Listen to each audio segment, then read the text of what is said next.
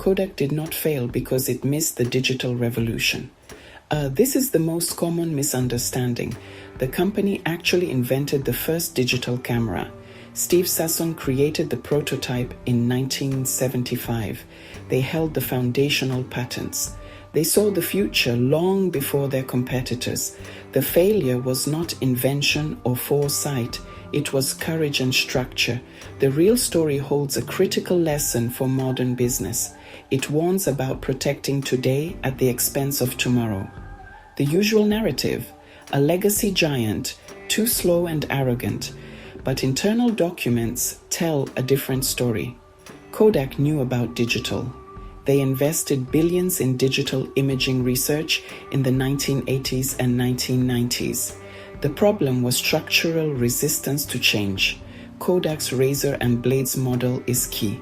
Cameras sold cheaply, profits came from film chemicals printing paper. Kodak suppressed disruptive innovation to protect a cash cow. Core thesis: they prioritize existing revenue over a new model. This was innovation suppression. Leadership understood the threat but were trapped by success. Organizational structure, executive incentives, corporate culture, all optimized for film. They feared self-cannibalization more than obsolescence. This fear produced strategic decisions that slowly, methodically, structurally dismantled Kodak's future. We will dissect the risk signals they ignored. Not a nostalgic tale, a corporate risk autopsy. We'll examine structural flaws that made collapse probable. We'll show internal conflicts, old guard versus new technologists. Learn to spot these risks in your organization or career. Move beyond surface explanations to deep structural lessons relevant today. To truly understand this collapse, we need a structured approach. Simple narratives are not enough. We must move beyond blaming individual executives or single market events. The failure was systemic. Therefore, we will use a specific analytical model for this breakdown. The Innovation Suppression Risk Model. This framework lets us evaluate the collapse across three distinct yet interconnected structural dimensions. It provides a clear lens through which to view the decisions made and the opportunities missed. This model isn't just for historical analysis. It is a tool you can apply to your own business to diagnose hidden vulnerabilities before they become critical threats. The first dimension is revenue concentration dependency. This risk emerges when a company derives the vast majority of its profits from a single product or business model. For Kodak, that was film.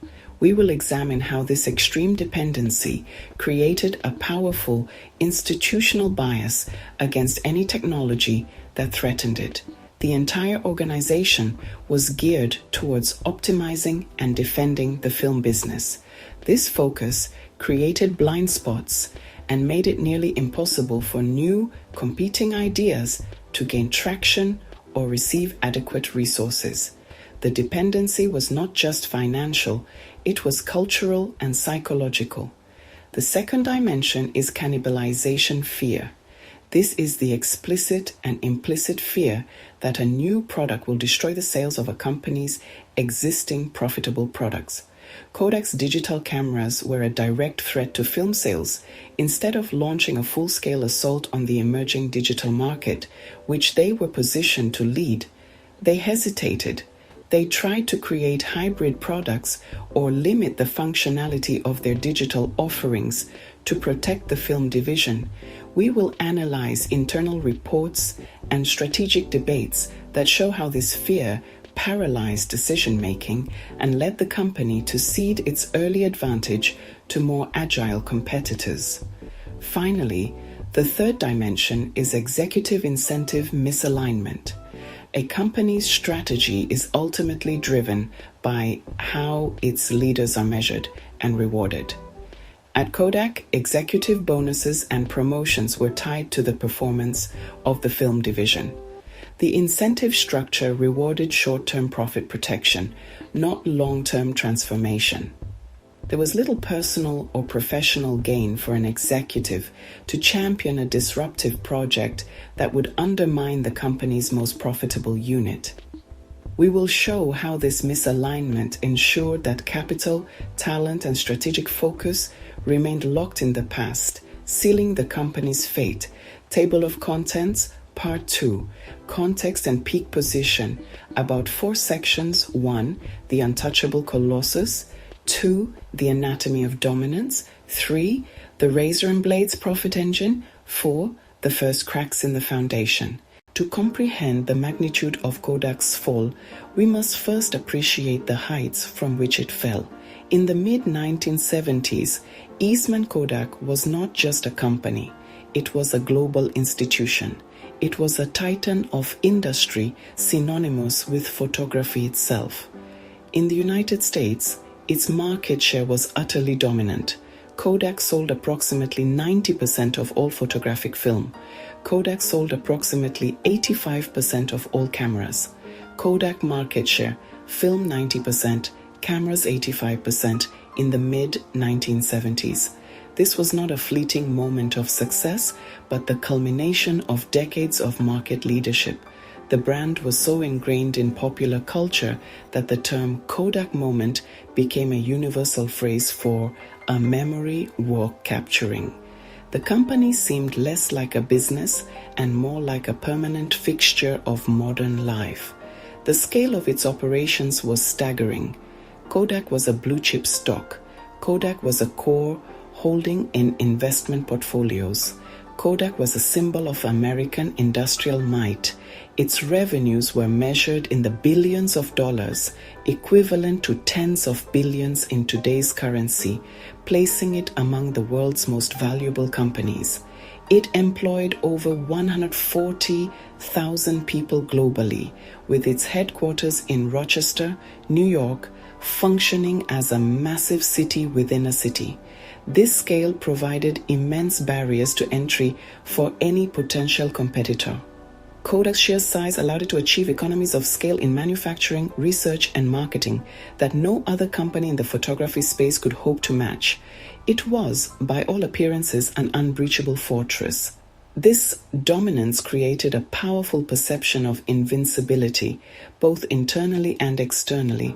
For generations of employees, a job at Kodak was a job for life, offering stability, offering security, offering pride.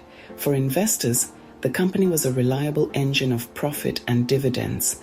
For consumers, the yellow and red logo was a trusted guarantee of quality. This perception, while well earned, fostered a deep-seated institutional inertia. The belief that Kodak was too big to fail became a core part of its corporate identity. This very sense of being untouchable made it psychologically difficult for its leadership to contemplate a future where its core business might not just shrink, but disappear entirely. The company's global reach was equally impressive, extending far beyond North America. Kodak had established a formidable distribution network that spanned continents, making its film products available in nearly every country on Earth, making its chemical products available in nearly every country on Earth. This logistics infrastructure was a critical competitive advantage. This retail infrastructure was a critical competitive advantage. Any rival would not only have to produce a comparable product, but also build a global supply chain to compete. This extensive physical footprint reinforced the company's control over the market. It seemed inconceivable that a disruptive technology could emerge and scale quickly enough to challenge a system so deeply entrenched and so comprehensively built over the course of a century. Kodak didn't just own the market, it owned the entire ecosystem. Kodak's market power was not an accident. It was the result of a deliberate and brilliantly executed strategy of vertical integration. The company did not simply manufacture film. It controlled almost every single step of the photographic process. Kodak manufactured the cameras that took the pictures. It produced the film that captured the images. It made the patented chemicals required to develop that film. It manufactured the paper on which the photographs were printed. It even operated retail locations and services for film processing. This closed-loop system gave Kodak unparalleled control over quality, pricing, and innovation, effectively locking competitors out of the most profitable parts of the value chain. This vertical integration was a formidable competitive moat. If a rival camera manufacturer wanted to enter the market, its customers would still need to buy Kodak film. If a company like Fuji tried to compete on film, it had to contend with Kodak's superior chemical processes and printing technologies. Each part of the business reinforced the others, creating a powerful flywheel effect. This structure was incredibly efficient and profitable, but it also introduced a hidden structural risk. The entire system was optimized for a single technological paradigm: analog, chemical-based photography. The company's very structure, its greatest strength, was inextricably tied to the survival of film. The company's commitment to research and development further solidified its dominance. Kodak invested heavily in R&D, but this investment was overwhelmingly directed toward improving its existing products. The goal was to create better film with finer grain, more vibrant colors, and greater light sensitivity. It was about perfecting the current model, not inventing a new one. This incremental approach yielded fantastic results within the analog world, keeping Kodak years ahead of its competitors. However, it also meant that the organization's most brilliant minds were focused on refining the past.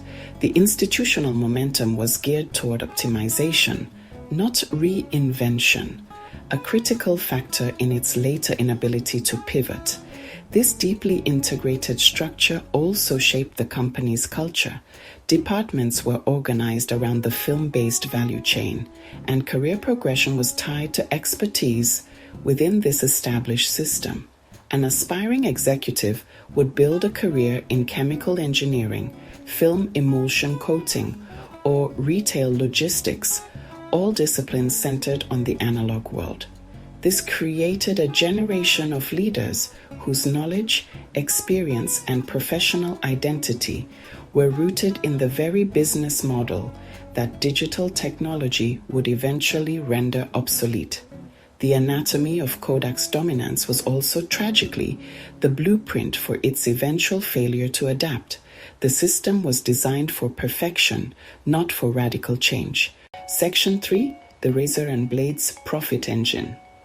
At the heart of Kodak's business empire was a classic and phenomenally lucrative business model: the razor and the blades.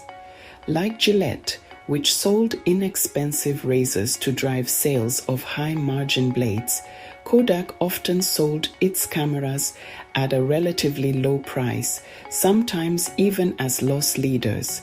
The real money was not in the initial hardware sale. The true profit was in the recurring sales of consumables.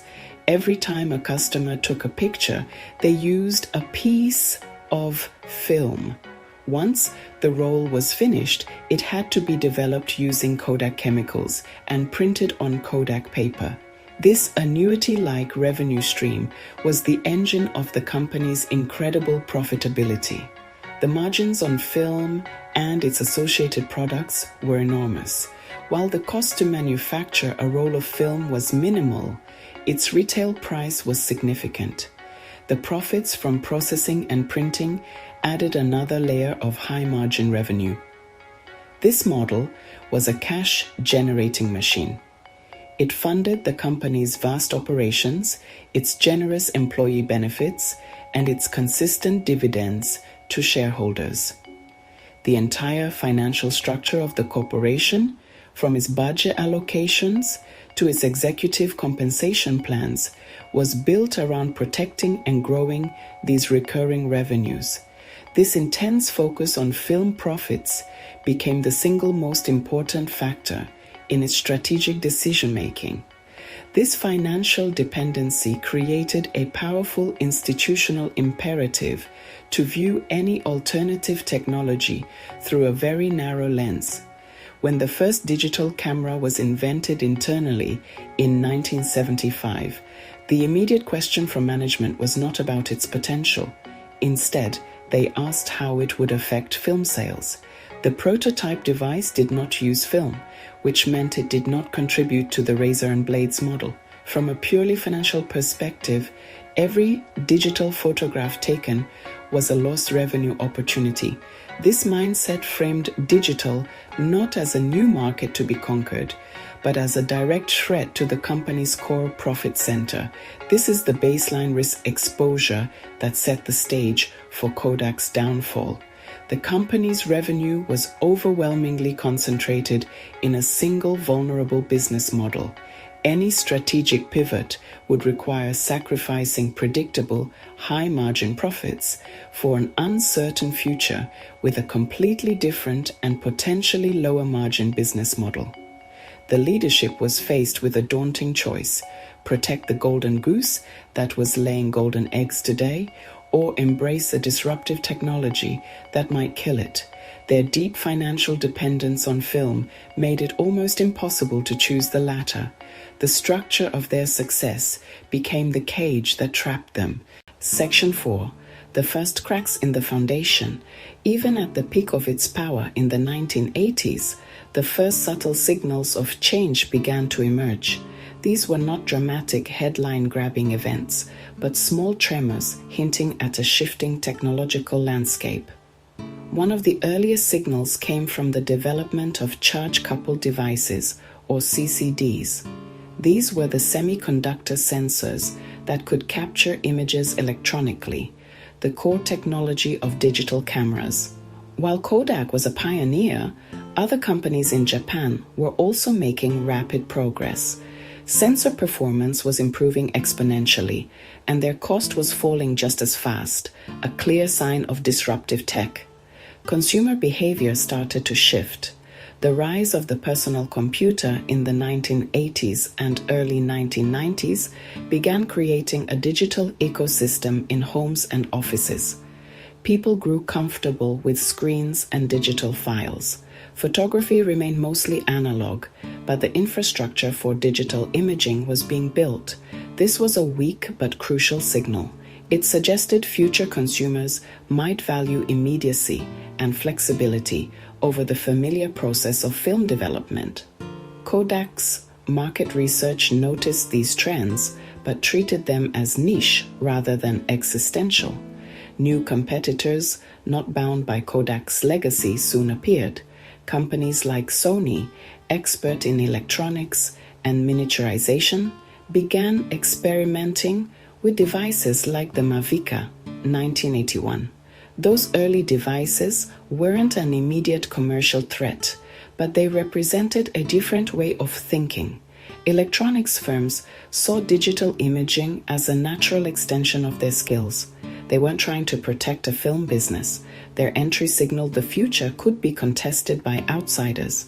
Inside Kodak, research divisions were issuing warnings.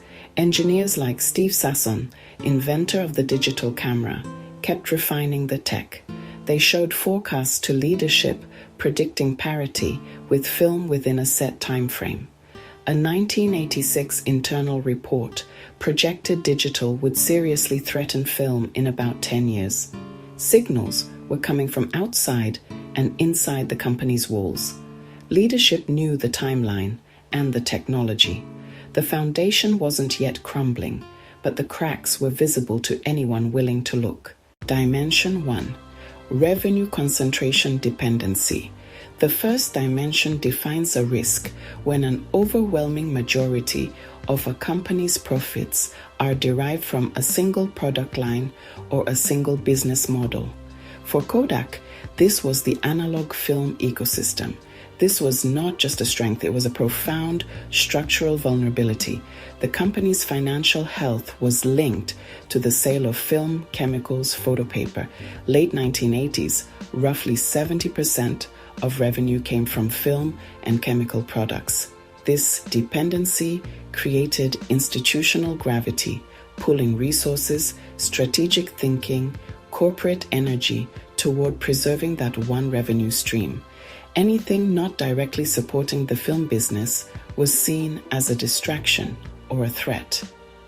This dependency was visible in Kodak's financial reports and capital allocation strategies throughout the 1980s and 1990s. The film division was the undisputed king, generating the lion's share of the company's profits with exceptional margins. When it came time to allocate budgets for research and development, marketing, capital projects, proposals that promised to enhance the film business were almost always approved.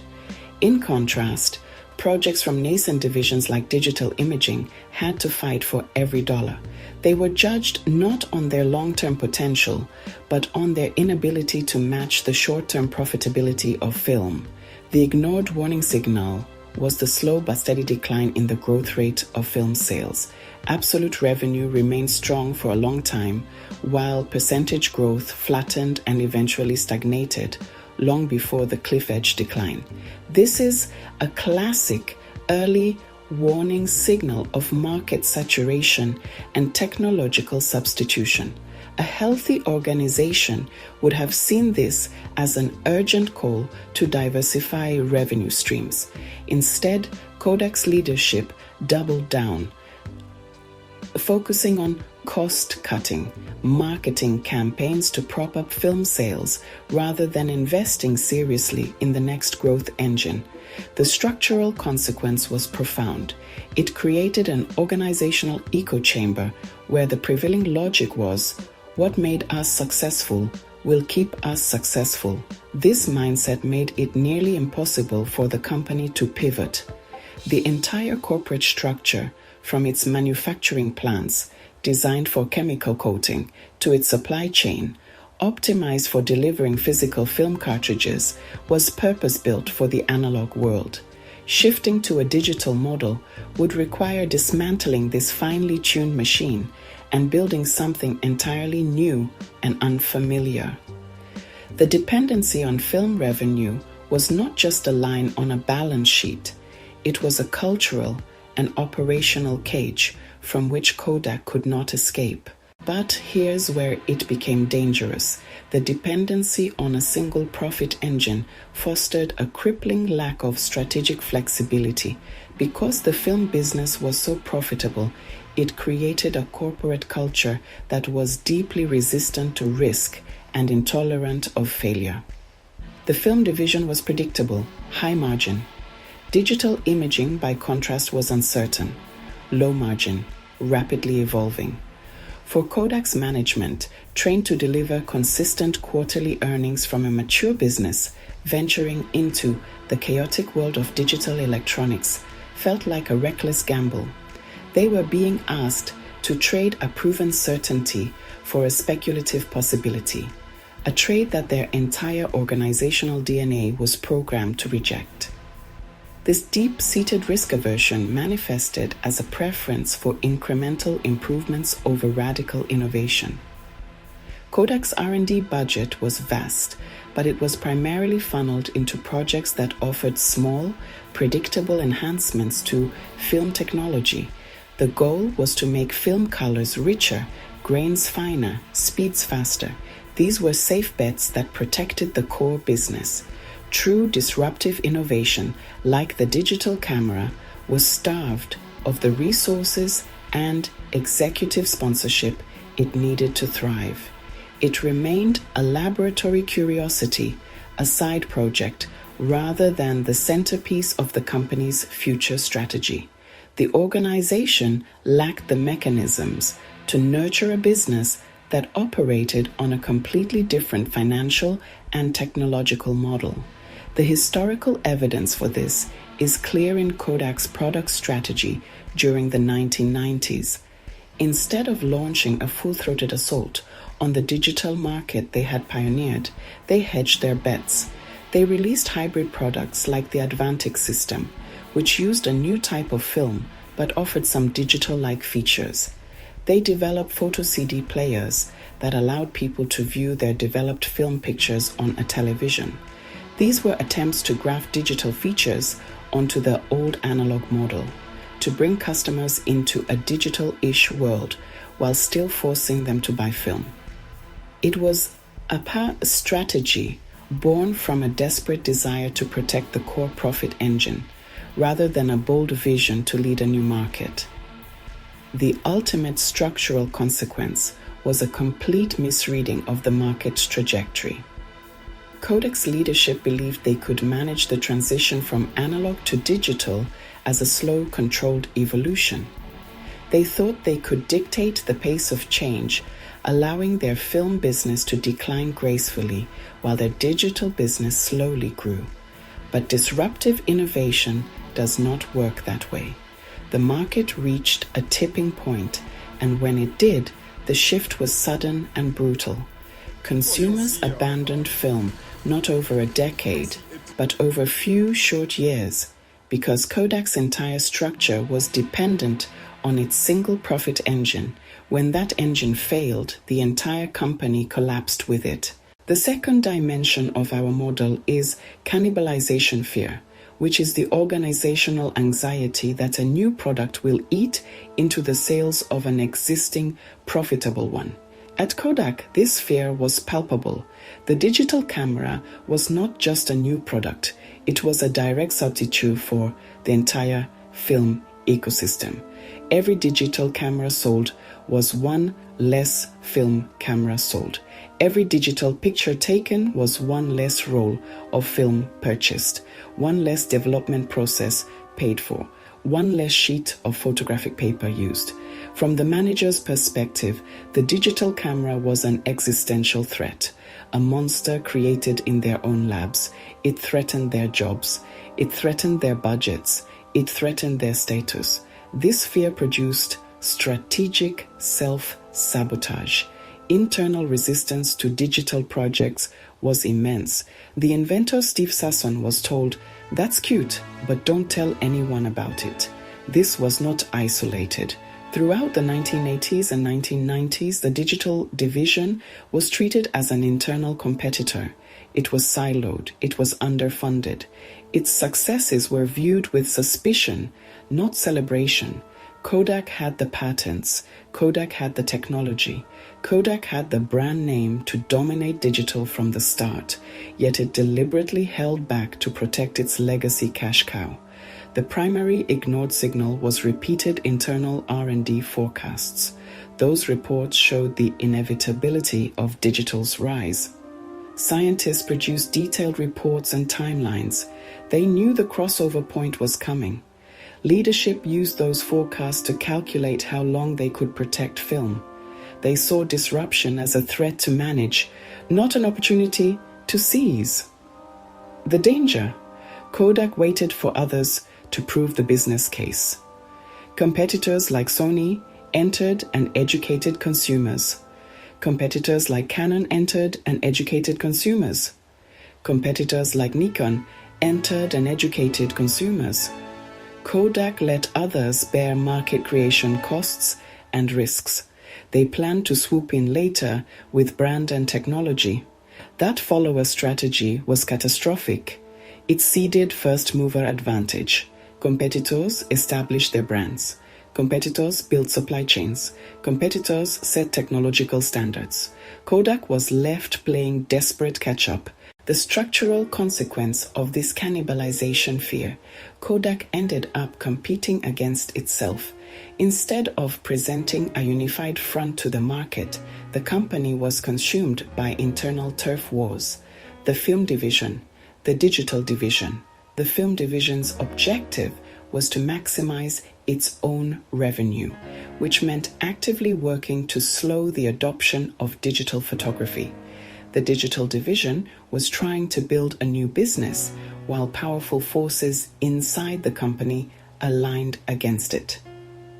This internal conflict wasted precious time, squandered resources, and created a confused and hesitant market strategy. This internal paralysis is well documented. when Kodak finally did enter the digital camera market in a more meaningful way. Its products were often designed to be non-threatening to the film business. For example, their early consumer digital cameras were low resolution, positioned as novelties, not as serious replacements for film cameras. They focused on business applications, high-end professional niches, avoiding the mass market where the real volume and the real threat to film lay. This tentative approach sent a weak signal to the market, suggesting that even Kodak itself did not fully believe in the digital future. It was a strategy of appeasement, designed to placate the powerful film lobby within the company. The historical evidence shows that this fear was a choice, not an inevitability. Other companies have successfully navigated similar transitions. IBM, mainframe computers; IBM, personal computers; IBM, services. Intel abandoned its profitable memory chip business and focused on microprocessors. These companies embraced self-disruption as a survival strategy. Kodak had the same opportunity. It had the technology and the market position to define the digital age on its own terms. Instead, it chose protection over ambition, and in doing so, it sealed its own fate.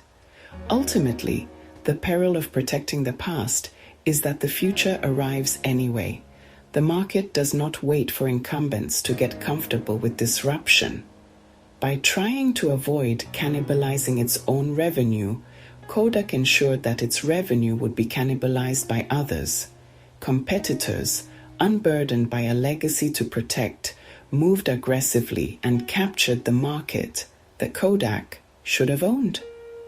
The structural consequence was a complete loss of market leadership. In the analog world, Kodak was the rule maker. In the digital world, it became a follower, a late entrant in a game whose rules had already been written by more agile and courageous rivals. Dimension 3. Executive incentive misalignment. This risk occurs when leaders are compensated and promoted in ways that discourage long-term innovation. A company's true priorities are revealed in its budget allocations and in its executive bonus structure. At Kodak, incentives were overwhelmingly tied to short-term film profits.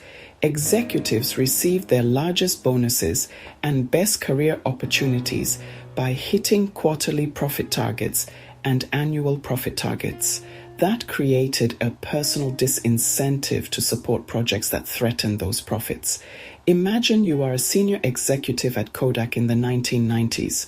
Your annual bonus, your reputation, your path to the CEO's office depend on Film Products Group profitability. A proposal arrives for a major investment in a digital camera factory. You know it's critical for the future, but it won't be profitable for several years, and it could hurt sales of the division you're measured on. So the rational choice is to delay the project, underfund the project, or kill the project. Kodak's pattern: capital starvation for new ventures. Kodak talked about digital, but its investments told a different story. The digital division lacked independence, its own P&L, and real authority. It stayed under the analog-dominated corporate thumb. They never created a protected independent division with its own incentives and leader. That failure made it worse. Top talent stayed in the legacy film business. Why risk your career on an uncertain digital project? The result: brain drain away from innovation. New ventures were staffed by those who couldn't get prime positions or by true believers without political capital. Kodak's future was entrusted to the least powerful parts of the org.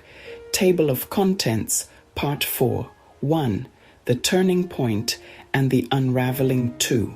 The Mirror for Professionals. Your Innovation Allocation Ratio 3. The 3-Step Resilience Shield. How to Stabilize Your Future. Section 1. The Turning Point and the Unraveling. The collapse of a giant is rarely a sudden event, but it often has a distinct turning point, a moment when slow erosion gives way to rapid failure. For Kodak, this tipping point occurred in the late 1990s and early 2000s. It was not a single product launch or a market crash, but the moment when digital camera quality became good enough for the mass market and the price fell below a critical threshold. Suddenly, the convenience of instantly viewable, easily shareable digital photos outweighed the perceived quality advantage of film. The market did not just shift, it underwent a phase transition. The slow leak became a deluge. The market response was swift and brutal, far faster than Kodak's leadership had anticipated. Consumers abandoned film in droves. The razor and blades model inverted into its greatest liability. Sales of cameras, the razors, scissors had always been a means to an end. Now, with the blades becoming obsolete, film, chemicals, paper, the entire profit engine seized. The financial impact was catastrophic. Revenue from film sales plummeted year after year. What was once a predictable stream of immense profit evaporated, leaving a gaping hole the fledgling digital businesses could not fill. This financial devastation triggered a desperate multi-year struggle for survival.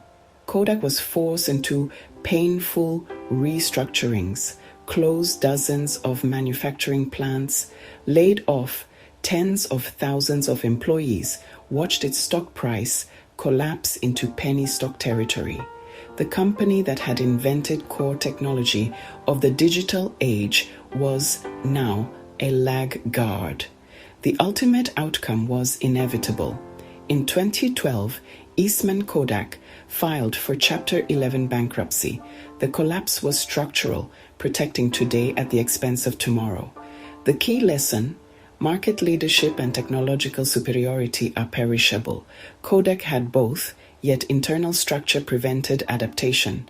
Revenue concentration dependency, cannibalization fear, executive incentive misalignment. The company's story is the ultimate cautionary tale.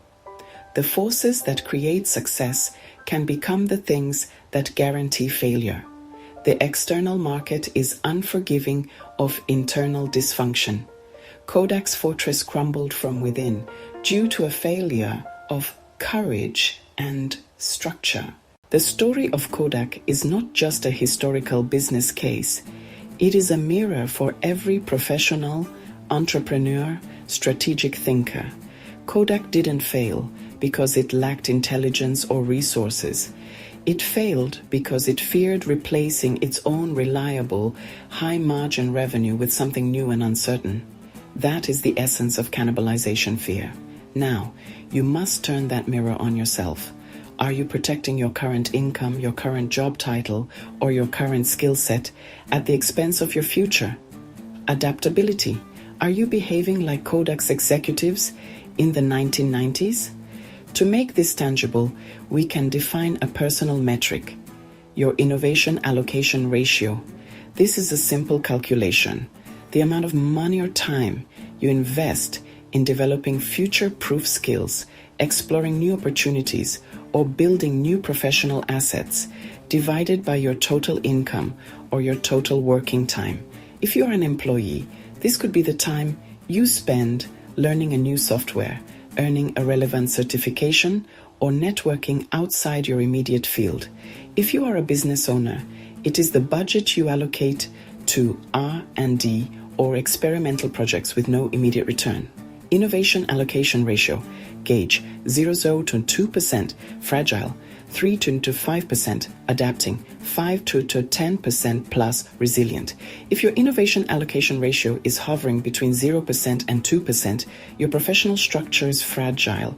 You are fully optimized for the present. Just as Kodak was fully optimized for film, you are highly efficient at what you do today, but you are building no capacity to handle disruption. You are betting your entire future on the assumption that the present will continue indefinitely. History shows this is a losing bet. Your current success, like Kodak's, might be masking a profound structural vulnerability that will only become apparent when it is too late to fix. This framework forces you to confront three critical questions. First, where are you over-dependent on a single income source, single skill, or single employer? Second, what comfortable, profitable part of your professional life are you protecting at the expense of your own growth and adaptability? Third, what clear signal of change are you ignoring? A new technology, a shifting market trend, a new competitor? Answering these questions honestly is the first step toward avoiding a personal Kodak moment and building a career that is resilient by design. Acknowledging the risk is the first step, but action is what creates resilience. Based on the failures of Kodak and the successes of companies that navigated disruption, we can derive a clear prescriptive framework for personal and organizational stability. We call this the three-step resilience shield. It is not a complex strategy, but a disciplined practice for systematically de-risking your future. It is designed to be measurable, corporate-focused, and immediately applicable, whether you are managing a company division or your own career trajectory. This is how you move from being a potential victim of disruption to an active participant in your own evolution. The first step is to allocate 5 to 10% of your income or productive time toward future-proof skills and opportunities. This is not a vague goal. It is a hard and fast rule. If you are an individual, dedicate 4 to 8 hours of your work week to a course, a side project, deliberate practice in an emerging field. For a business, ring-fence 5 to 10% of your R&D or strategic budget for high-risk, high-reward projects separate from your core business. This non-negotiable allocation is the tax you pay to the future to ensure your own survival. The second step is to build liquidity before you need to pivot, not during or after. Kodak's collapse accelerated because when its primary revenue stream dried up, it had no cash reserves to fund a difficult and expensive transition. It was forced to make decisions from a position of weakness. For an individual, liquidity means having 6 to 12 months of living expenses saving cash. That cushion gives you freedom to change jobs, start a new venture, take a lower-paying role in a growth industry without facing immediate financial ruin. For a business, maintain a strong balance sheet that can absorb a downturn and fund new initiatives without relying on debt or panicked fundraising. Liquidity is strategic oxygen. The third and final step is to test emerging opportunities through low-risk pilots. Kodak's great error was all or nothing thinking. It feared that any digital success would immediately destroy its film empire. The resilient approach is to run small, contained experiments, launch a minimal, viable product, start a small consulting service on the side, take on a single project using a new skill. These pilots allow you to gather real-world data, learn about new markets, and build capabilities without betting the farm. They are the antidote to cannibalization fear. If a pilot fails, the loss is minimal. If it succeeds, you now have a proven model that you can scale. If you do not disrupt yourself in small, manageable ways, the market will eventually disrupt you in a catastrophic one. Theory without action is merely observation. To avoid Kodak's fate, you must translate the lessons learned into a disciplined, measurable plan. A 30, 60, 90-day framework provides the structure needed to move from diagnosis to action. This is not about radical overnight change, but about methodical, deliberate adjustments to your personal or organizational architecture. The goal is to build resilience systematically. The first 30 days are dedicated entirely to diagnosis and assessment. During this period, your single objective is to gain clarity on your current level of exposure. This means honestly calculating your innovation allocation ratio. Track your time. Track your spending to see what percentage you are truly investing in your future versus maintaining your present. In the next phase, days 31 to 60, you move from diagnosis to structural adjustment.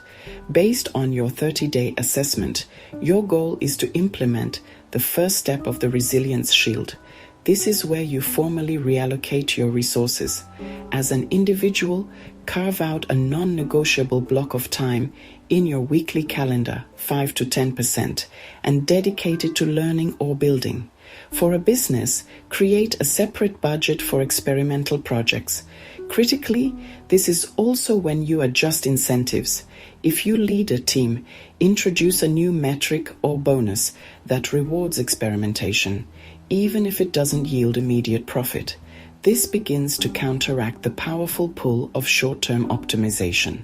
The final phase, from day 61 to 90, focuses on risk diversification and execution. This is where you activate the second and third steps of the resilience shield. Begin actively building your liquidity reserves. Set up an automatic transfer to a separate savings account. If you are a business, revise your financial policy to retain more earnings. Simultaneously, you will launch your first low-risk pilot. This is not a massive project. It is a small, contained experiment. It could be offering a new service to a single client. It could be building a simple app. It could be writing a white paper on an emerging topic in your field. The goal is not immediate success, but immediate learning. This 90-day cycle creates a repeatable habit of proactive adaptation. This structured approach is the antidote to the paralysis that gripped Kodak. The company knew it had to change, but it lacked a practical step-by-step process to do so. It was trapped in large-scale strategic debates, while the ground shifted beneath its feet. A 90-day implementation cycle breaks the problem down into manageable actions. It forces you to move beyond abstract fears and into concrete behaviors. By completing one cycle, you not only de-risk your immediate future, but also build the muscle for continuous adaptation. Resilience is not a one-time fix. It is a disciplined, ongoing practice of diagnosing, adjusting, testing. This is how you ensure your structure evolves ahead of the market. As we conclude this corporate risk autopsy, it is crucial to reiterate the central thesis. Kodak did not fail because it missed the digital age. It failed because its internal structure was perfectly designed to reject it. The company's story is a powerful reminder. Collapse is rarely sudden and almost never caused by a single external event. It is the slow, methodical outcome of internal choices, hidden risks, misaligned incentives. The surface-level explanation that they failed to go digital is easy to say, but it teaches us nothing. The real lesson is that protecting today's revenue is a dangerous and often fatal substitute for building tomorrow's business model. If you value structured thinking over shallow advice, this channel is built for you. Understanding the deep mechanics of success and failure is the key to making better strategic decisions. The innovation suppression risk model we use today is one tool for uncovering hidden forces: revenue concentration dependency, cannibalization fear, executive incentive misalignment. By applying these frameworks, you can move beyond reacting and begin to architect a more resilient future for your organization and your career. The final lesson from Kodak is one of courage. Courage to question your own success. Courage to cannibalize a profitable product before a competitor does it for you. Courage to reward long-term vision even when it creates short-term pain. Kodak's leaders were not foolish. They were trapped by a system that rewarded the opposite behaviors. Ensure the structure you operate within actively encourages and rewards self-disruption. Whether it is a multinational corporation or your own professional life, this is the only sustainable path to long-term relevance. In our next corporate risk autopsy, we will examine the other side of this coin. We will analyze Netflix and its stunning transition from DVD by mail service to a global streaming giant, a masterclass in self-disruption success. We'll break down the structural decisions that allowed Netflix to intentionally destroy its own profitable model for a bigger future, providing the perfect counterpoint to Kodak's cautionary tale. True resilience is not about avoiding failure. It is about having the structure and foresight to choose how and when you evolve. Channel Logo Plus, structured thinking for strategic minds.